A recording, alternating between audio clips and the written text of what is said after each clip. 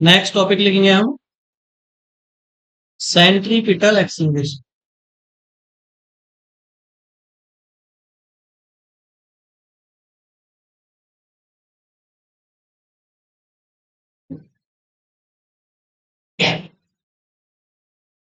अब आप बताइए एक्सेलरेशन क्या होता है, फिर हम बताएंगे सेंट्रीपिटल एक्सीलरेशन क्या होता है। अभिकेंद्र त्वरण बोलते हैं। अभिकेंद्रीय त्वरण। बताओ। सेंट केवल एक्सीलरेशन बताओ, पहले केवल एक्सीलरेशन क्या होता है।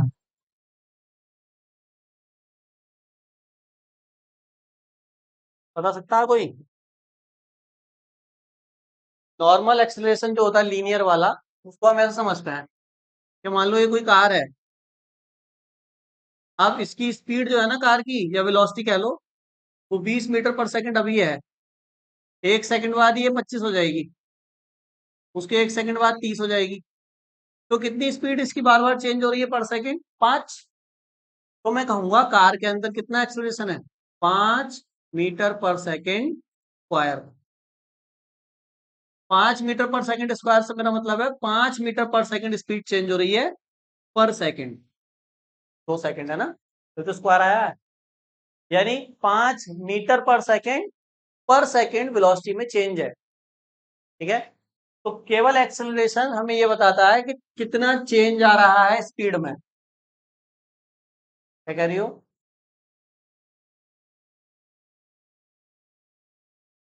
टाइम 1 सेकंड में। हाँ, 1 सेकंड में जो चेंज आ रहा है वो एक्सेलरेशन।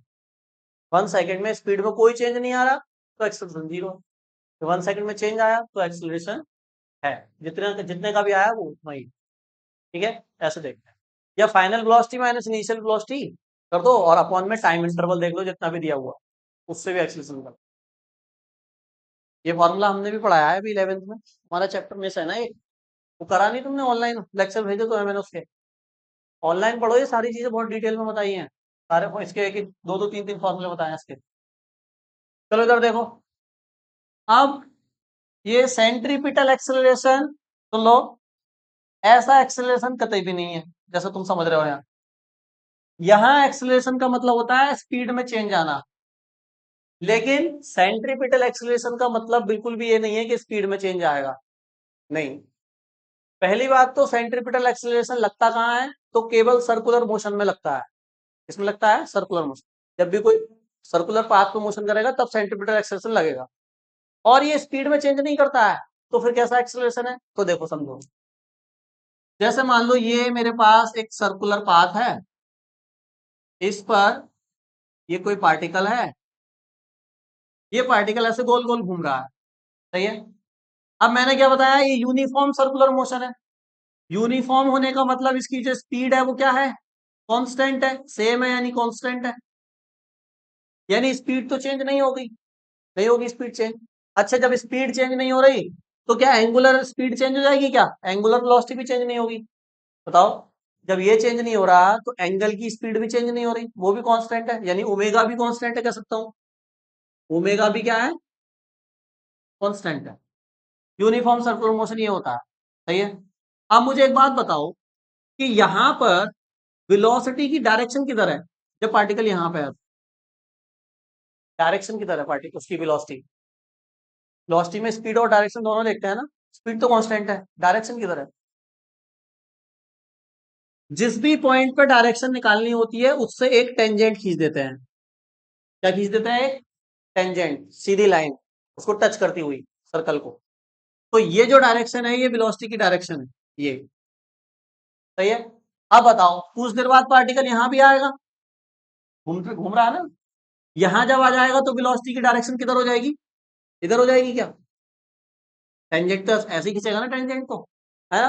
बताओ, कुछ देर बाद यहां भी आएगा पार्टिकल, तो वेलोसिटी फिर किधर हो जाएगी? इधर। हम मान के चल रहे हैं एंटी क्लॉकवाइज मूव कर रहा है, ऐसे मूव कर रहा है पार्टिकल। तो ऐसे मूव कर रहा है तो वेलोसिटी इधर इधर हो जाएगी। मान लो इस पॉइंट पे आया तो वेलोसिटी किधर हो जाएगी? इधर। मतलब जो स्पीड है वो तो चेंज नहीं हो रही है, लेकिन वेलोसिटी की डायरेक्शन हर पॉइंट पे चेंज हो रही है। जरूरी नहीं है यहाँ पे आया फिर यहीं पे चेंज होगी, नहीं, यहाँ भी आ जाएगा पार्टिकल, यहाँ से यहाँ आ जाएगा तो देखो डायरेक्शन चेंज हो जाएगी। हो गई, पहले इधर थी सीधी, अब किधर हो गई, इधर। तो हर एक पॉइंट पे वेलोसिटी की डायरेक्शन चेंज हो रही है। सही है। क्या स्पीड चेंज हो रही है? स्पीड नहीं चेंज हो रही। तो सेंट्रीपिटल एक्सेलरेशन, जो हम जिसको कहते हैं सेंट्रीपिटल एक्सेलरेशन, वो डायरेक्शन में चेंज की वजह से आता है, ना कि स्पीड में चेंज की वजह से। केवल पार्टिकल जब सर्कुलर पाथ पे मोशन कर रहा होगा तो हर पॉइंट पे उसकी डायरेक्शन अलग अलग होगी, यानी डायरेक्शन में क्या आ रहा है, चेंज। अब मुझे एक बात बताओ, वेलोसिटी जो होती है वो स्पीड प्लस डायरेक्शन दोनों को देख के बनाते हैं। स्पीड तो चेंज नहीं हो रही, नॉट चेंज। डायरेक्शन चेंज हो रही है क्या? तो बताओ, वेलोसिटी का मतलब तो दोनों से है ना, दोनों में से कोई भी चीज चेंज होगी तो मैं कहूंगा वेलोसिटी चेंज हो रही है। बताओ, तो स्पीड तो नहीं हो रही लेकिन डायरेक्शन हो गई, तो मैं कहूंगा वेलोसिटी भी इसकी चेंज हो रही है। और जब वेलोसिटी चेंज होती है तो क्या आ जाता है, एक्सेलरेशन। लेकिन ये ऐसा एक्सेलरेशन नहीं है, ये केवल डायरेक्शन की वजह से आया है, इसलिए इसका नाम क्या है, सेंट्रीपिटल एक्सेलरेशन। सेंट्रीपिटल क्यों है? क्योंकि इस एक्सेलरेशन की डायरेक्शन हमेशा किधर होती है, इसके सेंटर की तरफ, इसके सर्कल के सेंटर की तरफ, ये सेंटर की तरफ होगी, दैट इज वेलोसिटी की डायरेक्शन के परपेंडिकुलर होगा सेंट्रीपिटल एक्सेलरेशन। और किधर की तरफ होगा, सेंटर की तरफ, इसको ए सी कह देते हैं, सेंट्रीपिटल एक्सेलरेशन। तो सेंटर की तरफ है, इसलिए नाम क्या पड़ा है, सेंट्रीपिटल। वेलोसिटी की डायरेक्शन चेंज हो रही है, यानी वेलोसिटी चेंज हो रही है, इसलिए नाम क्या पड़ा है, एक्सेलरेशन। बात समझ में आ गई? एक किस टाइप का एक्सेलरेशन समझ में आ गया? सही है भाई? ठीक है मनीषा, लिखो डेफिनेशन। देखो, when A particle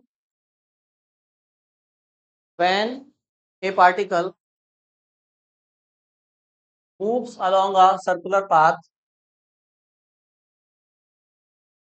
when a particle moves along a circular path,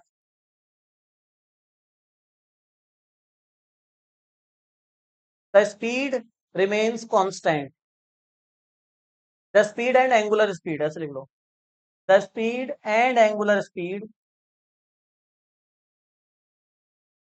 remains constant, but the direction changes continuously. But the direction changes continuously due to the change in direction. Due to the change in direction, velocity of the particle changes. Velocity of the particle changes.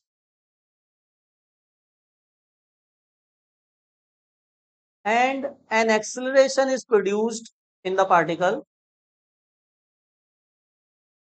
and an acceleration is produced in the particle, and an acceleration is produced in the particle. This acceleration is called, क्या हुआ, कहाँ तक कहाँ रह गया, in the particle, this acceleration is called centripetal acceleration. समझ में आया? This acceleration is called centripetal acceleration. And the direction of centripetal acceleration, the direction of centripetal acceleration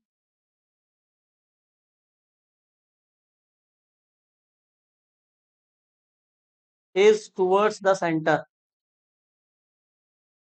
is towards the center,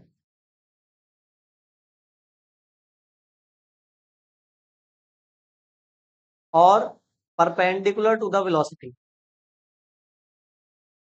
is towards the center, और कैसे कह सकते हैं, और perpendicular to the velocity, एक ही बात है दोनों। और परपेंडिकुलर टू द वेलोसिटी। हाँ सेंटर, और क्या लेंटर।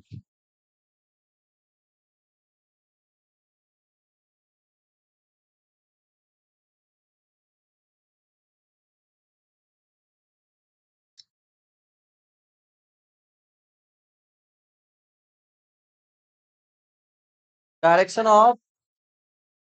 Of centripetal acceleration towards the centre और परपेंडिकुलर टू द वेलोसिटी। अब इसका हम फॉर्मूला ड्राइव कर रहे हैं, सेंट्रीपिटल एक्सीलरेशन तो क्या होगा। ध्यान समझना, ये आपका इंपॉर्टेंट है, ये डेरिवेशन एग्जाम में आता है। सही है, देखो इधर बना लेते हैं सर्कुलर मोशन। बोर्ड पे देखो सब, ये इसका सेंटर है। मान लेते हैं ये पार्टिकल अभी यहाँ था, तो इसकी जो वेलोसिटी की डायरेक्शन भी थी वो ऐसे थी। बताओ, वेलोसिटी ऐसे होगी ना जब पार्टिकल यहाँ होगा तो। इसको मान लेते हैं v1 वेक्टर, है ना। और जब कुछ देर बाद पार्टिकल यहाँ पहुंच जाएगा इधर, तो इधर वेलोसिटी कितनी हो जाएगी, फिर इधर की तरफ हो जाएगी। इसको मान लेता हूं मैं v2 वेक्टर। चेंज हो गई ना डायरेक्शन, केवल डायरेक्शन चेंज हुई है, मैग्नीट्यूड चेंज नहीं हुआ है। जो मैग्नीट्यूड समझते हो ना, वेक्टर है एक तरीके से, तो इस वेक्टर का मैग्नीट्यूड सेम है, दैट इज स्पीड सेम है। वेलोसिटी का मैग्नीट्यूड स्पीड ही तो होती है। तो मैं ऐसे लिख सकता हूं कि v1 वेक्टर का मैग्नीट्यूड या v2 वेक्टर का मैग्नीट्यूड बराबर ही होगा। तो इसको मैं क्या मान लेता हूँ, v, ये क्या है, स्पीड है ना। क्योंकि मैग्नीट्यूड में डायरेक्शन थोड़ी देखते हैं, तो मैग्नीट्यूड तो बराबर है, डायरेक्शन अलग अलग है। ठीक है यहाँ तक। अब मैं मान लेता हूँ ये पार्टिकल यहां से यहां तक गया कितने समय में, t समय में। t समय में ये पार्टिकल यहां से कहां पे पहुंच गया, यहाँ तक पहुंच गया। सही है। अच्छा, तो इसने कुछ एंगुलर डिस्प्लेसमेंट तय किया ना यहाँ से यहाँ तक जाने में, कितना एंगुलर डिस्प्लेसमेंट, तो डेल्टा थीटा। और कुछ लीनियर डिस्प्लेसमेंट भी आया इसका, जो रास्ते पे भी तो चल गया ना ये अपना, तो इसको क्या मान लेते हैं हम, डेल्टा एस। इस पॉइंट को कह देते हैं पी, इस पॉइंट को कह देते हैं क्यू, पी से क्यू तक गया है। सही है। रेडियस है ये, तो देखो तो ये तो दोनों बराबर होंगे ना रेडियस, तो इसको मैं क्या मान लेता हूँ, आर। स्मॉल आर क्या है, रेडियस। ये बात समझ में आ गई, डायग्राम समझ में आया यहाँ तक। पहले पार्टिकल पी पॉइंट पे था, वेलोसिटी ये, फिर क्यू पे आया, वेलोसिटी ये, टी टाइम में आया, delta S linear displacement, delta theta angular displacement. यहाँ तक बात समझ में आ गई। ठीक है, अब मैं लिख सकता हूँ by the definition of angular displacement.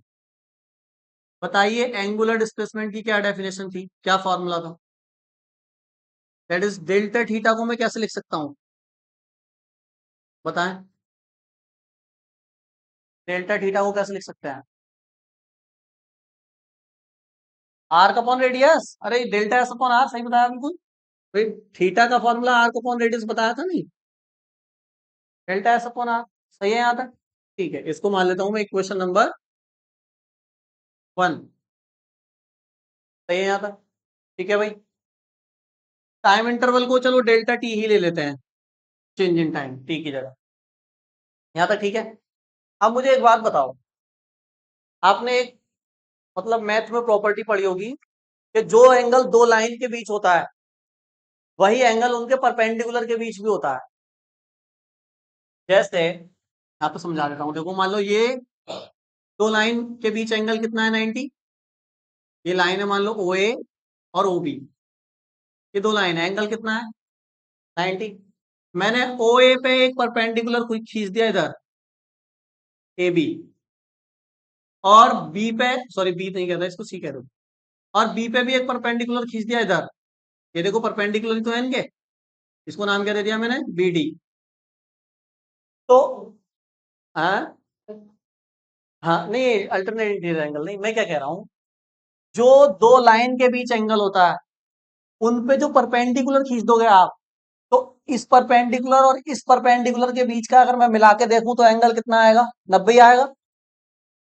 ये कह रहा हूं, जो दो लाइन के बीच, अगर दो लाइन के बीच थीटा एंगल होता, तो इनके परपेंडिकुलर के बीच भी मिला के देखता तो एंगल कितना आता, थीटा ही आता। ये प्रॉपर्टी होती है मैथ। सही है। मतलब एसी और बीडी वो मिलाओगे तब भी एंगल कितना आएगा 90। ACBD क्या है, इनके परपेंडिकुलर है ये। बात समझ में आ रही है? तो इस चीज का मैं यूज करने वाला हूं। अब कैसे, देखो इसको वो कह देते हैं OP और OQ के बीच एंगल कितना है, डेल्टा थीटा। P पे परपेंडिकुलर है कौन, V1 वेक्टर। Q पे परपेंडिकुलर है कौन, V2 वेक्टर। अगर V1 V2 को आपस में मिला दूं मैं, तो बीच में एंगल कितना आएगा, यही ना आएगा क्या, क्योंकि वो दोनों परपेंडिकुलर है ना इन लाइन के। बात समझ में आ रही है? ये कैसे लिख सकता हूं बताओ, V1 वेक्टर कौन सा इधर, V2 वेक्टर, और एंगल बीच में कितना आएगा, डेल्टा थीटा। ये कह रहा हूं जो एंगल लाइन के बीच होता है उनके परपेंडिकुलर के बीच भी वही एंगल होता है। यहां तक बात समझ में आ गई? अब मुझे बताओ, ये V1 वेक्टर है, ये V2 वेक्टर है, दो वेक्टर ट्राइंगल की दो साइड बना रहे हैं, तो जो तीसरा वेक्टर होगा वो रिजल्टेंट होगा क्या, पढ़ा है ना आपने ये triangle law of vector addition, है ना? तो देखो एक वेक्टर ये रहा, एक वेक्टर ये रहा, तो जो तीसरा वेक्टर होगा ये, या ऐसे बना दो या ऐसे बना दो, ये क्या होगा इनका रिजल्टेंट, यानी ये क्या होगा, change in velocity delta V, मतलब V2 माइनस V1। बताओ ट्राइंगल लॉ से बताओ क्या आएगा आंसर, V1 प्लस V2, और चेंज वाला क्या है, अरे गलत बोल दिया मैंने, ये V1 है, ये V2 है, सेम डायरेक्शन में कौन कौन है, V1 है प्लस डेल्टा V बराबर कितना बताओ, V2। तो डेल्टा V कितना आएगा, V2 माइनस V1। कैसे आया, समझ में आया, कैसे आया बताओ?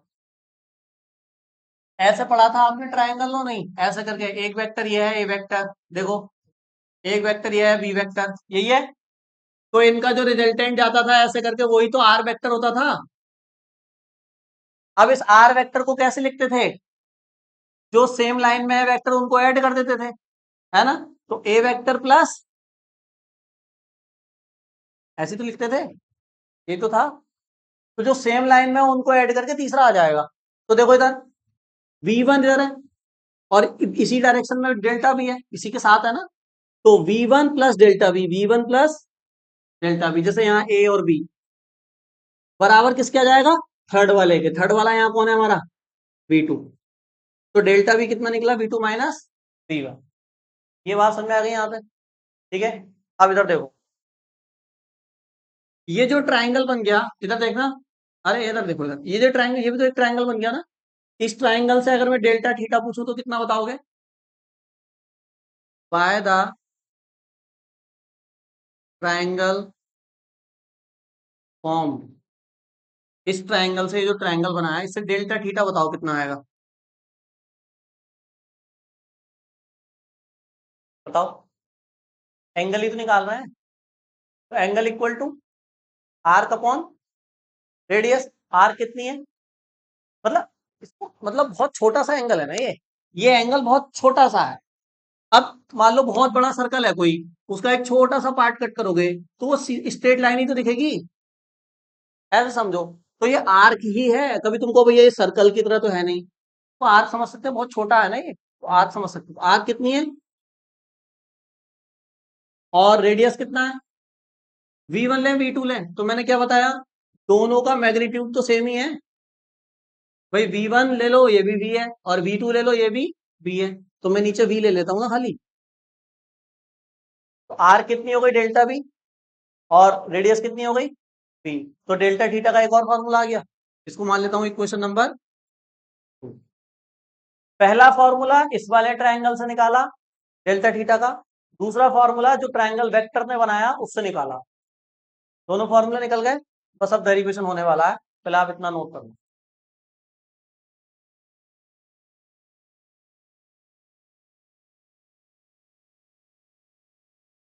देखो यहां तक, तो ये वाली जो वैल्यू निकाली है वो इस वाले ट्राइंगल से निकाली OPQ से, और ये जो डेल्टा थीटा की वैल्यू निकाली है ये वेलोसिटी से जो ट्राइंगल बना था, दोनों को ऐड, देखो इस वेक्टर को मैंने पैरेलल शिफ्ट करके बनाया है ऐसा, वेक्टर को पैरेलल शिफ्ट कर सकते हैं, टेल से टेल मिला दी, और फिर ये वाला ये ले लिया, तो यहाँ से delta theta arc upon radius, और मैंने बता दिया ये आर्क ही है, सीधी लाइन है क्योंकि बहुत छोटा एंगल है, बहुत छोटी लाइन लोगे तो सीधी दिखेगी। अच्छा समझ गया ना यहाँ तक, ये दोनों इक्वेशन। तो पहले इक्वेशन में ये वैल्यू है, दूसरी में ये है, तो मैं क्या कर रहा हूँ देखो, from equation first and second दोनों बराबर होंगी। इधर देखो बोर्ड पे, तो मैं कैसे लिख सकता हूँ, डेल्टा वी अपॉन वी बराबर होगा किसके, डेल्टा एस अपॉन आर के, क्योंकि दोनों ही डेल्टा थीटा की वैल्यू है। जब ये दोनों बराबर है तो ये दोनों भी, वी को इधर ले जाओ जरा, तो डेल्टा वी बराबर वी डेल्टा एस अपॉन, देख सकता हूँ, इधर देखते रहो बोर्ड पे पहले अभी। अब मैं क्या कर रहा हूँ, दोनों साइड, इधर भी और इधर भी, जो टाइम इंटरवल है डेल्टा टी, उससे डिवाइड कर रहा हूँ दोनों साइड, क्योंकि एक्सेलरेशन होता है change in velocity upon change in time. Change in velocity तो आ गई है, अपॉन में चेंज इन टाइम भी तो होना चाहिए, तो वो लाने के लिए दोनों तरफ कर सकते हैं जो भी करेंगे, तो divide by delta T on both side, तो इसके नीचे भी डेल्टा टी आ जाएगा, डेल्टा वी अपॉन डेल्टा, और इसके नीचे भी देखो V delta S R delta T आ गया, सही है। आप बताओ, change in velocity upon change in time को ही तो मैं एक्सेलरेशन कहता हूं, और ये कौन सा एक्सेलरेशन आएगा, सेंट्रीपिटल। बताओ ये क्या बन गया इधर, change in displacement upon change in time, इसको क्या कहते हैं, बोलो भाई, ये नहीं पढ़ा है आपने, डिस्प्लेसमेंट अपॉन टाइम क्या होता है, डिस्प्लेसमेंट अपॉन टाइम या डिस्टेंस अपॉन टाइम क्या, तो चलो एक ही बात है, स्पीड होगा, है ना। तो स्पीड का सिंबल हम क्या यूज कर रहे हैं, वी, तो वी इंटू वी क्या हो जाएगा, तो एसी का फॉर्मूला क्या है, वी स्क्वायर अपॉन, ये फॉर्मूला वेरी इंपॉर्टेंट फॉर्मूला, इसको याद रखना है न्यूमेरिकल के लिए, नोट करो, आसान डेरिवेशन है बहुत। मैं कह रहा हूं यदि हमें एंगुलर वेलोसिटी दी हो ओमेगा, और फिर एक्सेलरेशन पूछा है, तो हमारे फॉर्मूले में तो वी आया है, तो ओमेगा कैसे बनाए इसको, कोई फॉर्मूला ऐसा पढ़ा है आपने जो वी को ओमेगा बना सकता है, बताओ। क्या पढ़ाया था मैंने, वी बराबर आर ओमेगा, नहीं पढ़ाया आपको, पढ़ाया ना, तो वी की जगह क्या रख दो, आर ओमेगा रखो, ए सी बराबर आर ओमेगा का क्या हो जाएगा, स्क्वायर अपॉन में, एक आर से एक आर कैंसिल, एक अभी है क्योंकि स्क्वायर है ना, तो क्या आया, आर ओमेगा, ये फॉर्मूला तब लगेगा जब एंगुलर वेलोसिटी हो, सही है। अच्छा ओमेगा का भी एक फॉर्मूला पढ़ा है हमने, 2 पाई अपॉन टी वाला पूरे चक्कर के लिए, है ना, तो इसको भी यहाँ रख के एक और फॉर्मूला निकाल सकते हैं एसी का, जब उसमें टी दिया हो, ए सी इक्वल टू आर, तो 2 पाई अपॉन टी का क्या हो जाएगा, स्क्वायर, स्क्वायर ओपन करो, 4 पाई स्क्वायर अपॉन में टी स्क्वायर, क्या इसको ऐसे लिख सकते हैं, 4 pi square R upon T, ये भी एक फॉर्मूला है ओमेगा का, तो सॉरी एसी का, जब टाइम पीरियड दिया हो। अच्छा एक और जानता हूँ मैं फॉर्मूला, 1 अपॉन टाइम पीरियड क्या होता है, फ्रीक्वेंसी, कल पढ़ाया था, है ना, एन, तो बताओ, एन बराबर 1 अपॉन टी होता है, तो जहां 1 अपॉन टी है वहां पे क्या रख दूंगा, एन, तो ये तो 1 अपॉन टी स्क्वायर है, तो इसका भी क्या हो जाएगा, स्क्वायर, तो रखो ए सी बराबर 4 पाई स्क्वायर आर, और इसके इंटू 1 मान के 1 अपॉन टी स्क्वायर की जगह, ये भी फॉर्मूला है।